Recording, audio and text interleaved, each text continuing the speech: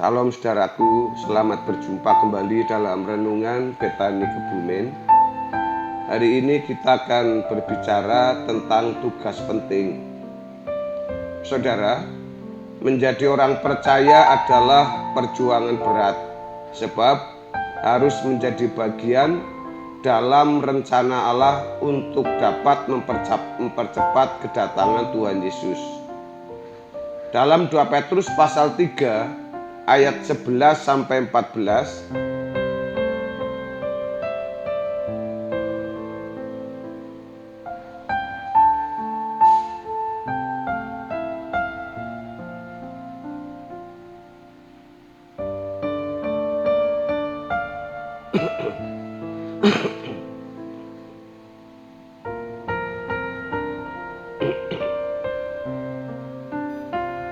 firman Tuhan berkata, "Jadi, jika segala sesuatu ini akan hancur secara demikian, betapa suci dan salehnya kamu harus hidup, yaitu kamu yang menantikan dan mempercepat kedatangan hari Allah.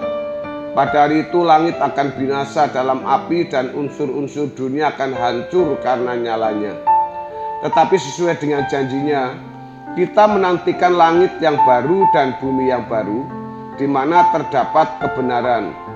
Sebab itu, saudara-saudaraku yang kekasih, sambil menantikan semuanya ini, kamu harus berusaha supaya kamu kedapatan tak bercacat dan tak bernoda di hadapannya dalam perdamaian dengan Dia." Saudara yang dikasih oleh Tuhan Yesus, dalam nats ini terdapat pernyataan bahwa orang percaya dapat mempercepat kedatangan hari Tuhan. Hari Tuhan yang dimaksudkan adalah hari di mana Allah mengakhiri sejarah dunia.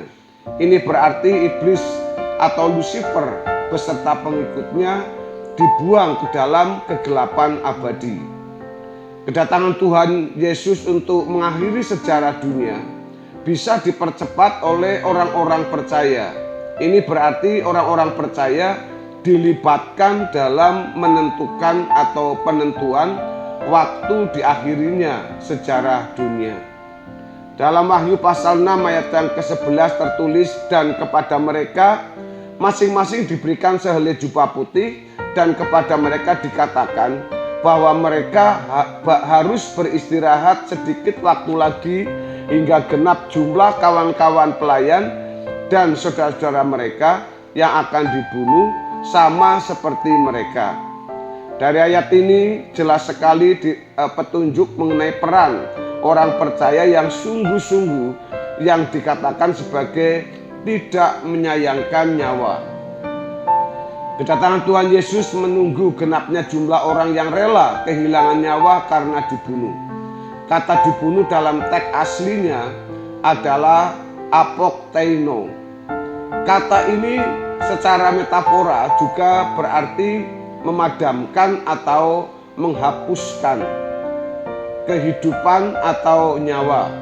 Dalam teks aslinya kata nyawa terjemahan dari psuke yang menunjuk pada pikiran, perasaan, dan keinginan atau kehendak. Kata dibunuh bisa secara fisik, tetapi juga bisa secara psikis. Kalau hanya secara fisik, berarti yang bisa mengalahkan iblis hanya mereka yang mengalami aniaya fisik. Padahal firman Allah mengatakan bahwa yang bisa mengalahkan iblis adalah darah anak domba Allah dan oleh perkataan kesaksian mereka, karena mereka tidak mengasihi nyawa mereka sampai ke dalam maut. Dalam Wahyu 12 ayat 11. Kata perkataan kesaksian orang percaya adalah kehidupan yang tidak mengasihi nyawa mereka sampai ke dalam maut. Hal ini penting untuk dipelajari, sebab yang bisa mengalahkan iblis bukan hanya darah Yesus, melainkan juga perkataan kesaksian mereka, karena mereka tidak mengasihi nyawa mereka sampai ke dalam maut.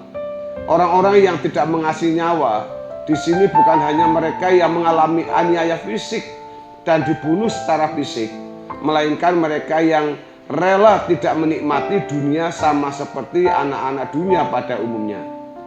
Betapa sulitnya memiliki sikap hidup tidak menyayangkan nyawa pada zaman ini. Di dalam Matius pasal 10 ayat yang ke-39, barang siapa mempertahankan nyawanya, ia akan kehilangan nyawanya, dan barang siapa kehilangan nyawanya karena aku, ia akan memperolehnya.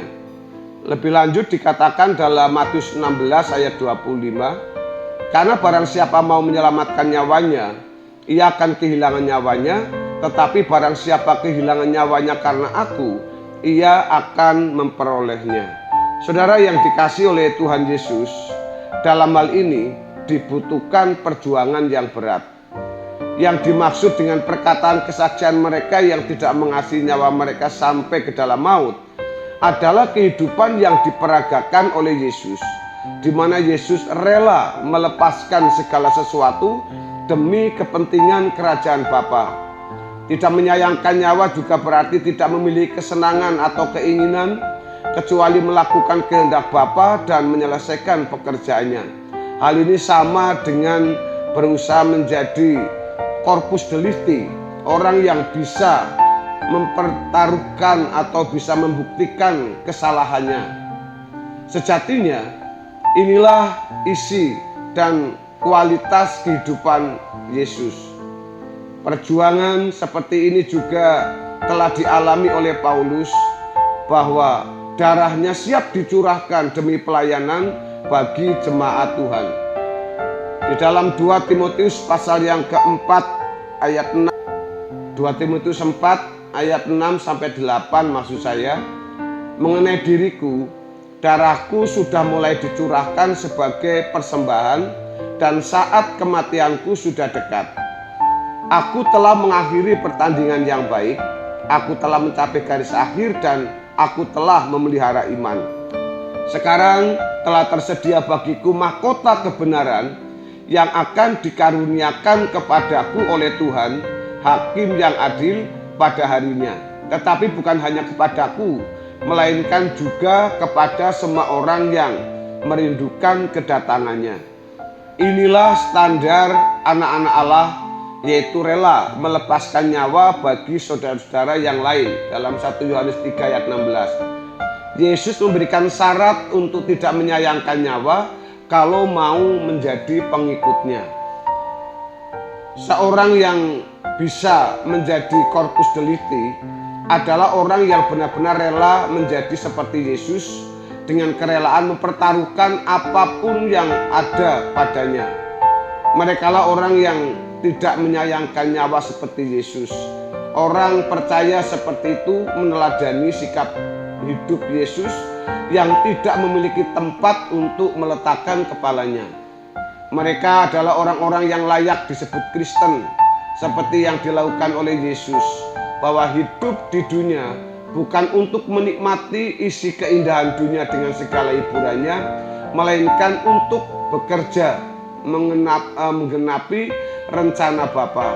Bagi kita orang percaya, kita meneruskan tugas penyelamatan yang telah diselesaikan oleh Tuhan Yesus di kayu salib. Tulisan Petrus dalam 2 Petrus pasal 3 ayat yang ke-12 menunjukkan bahwa orang percaya dapat mempercepat kedatangan Tuhan kita Yesus Kristus. Kata mempercepat menunjukkan bahwa waktu kedatangan Tuhan Yesus yang ditentukan oleh Bapa bersifat fleksibel atau relatif. Tuhan Yesus mengatakan bahwa masa dan waktu pemulihan kerajaan Israel ditetapkan oleh Bapa menurut kuasanya dalam Kisah 1 ayat 6 sampai 8. Kata kuasa di sini adalah exousia, yang lebih tepat dipahami sebagai hak. Hal ini berhubungan dengan pernyataan Yesus bahwa dirinya tidak berhak memberikan posisi atau kedudukan bagi orang percaya. Hal duduk di sebelah kanan atau di sebelah kiri Tuhan Yesus, Bapa yang berhak menyediakannya atau menentukannya. Hal ini bisa menunjukkan bahwa Bapa menentukan orang-orangnya, tetapi juga bisa menunjuk jumlah orang-orang yang mempercepat kedatangan Tuhan Yesus. Semakin banyak orang percaya diproses untuk semakin seperti Yesus, berarti semakin tercukupi jumlah orang percaya yang menjadi Corpus Delicti. Ini berarti semakin cepat sejarah dunia berakhir dan iblis dihukum. Saudaraku yang dikasihi oleh Tuhan Yesus, kiranya kebenaran firman Tuhan memberkati kita hari ini. Amin.